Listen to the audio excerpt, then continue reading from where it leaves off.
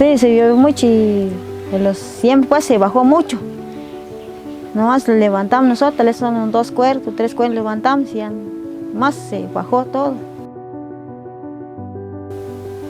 15 días cuando se llovió, 8 días se llovió, ya no van a salir pues. Se entró adentro y salió abajo de la casa pues salió. Y mis cocinas bajó el agua pues. Que nosotros no tenemos casa. Hay 4 vecinos, los juntaron los milami pues y juntaron los tablas, lo ponían un poco en mi casa. Con los vecinos pues nomás prestaban un poco pista. Cuando salía un poco trabajo, entonces los ganaban un poquito, se van a pagar. Cuando se aclaró un poquito ahí nos vamos a ir a trabajar. Nosotros estamos pensando qué vamos a hacer. Y va a venir otra vez, qué vamos a hacer, qué vamos a comer.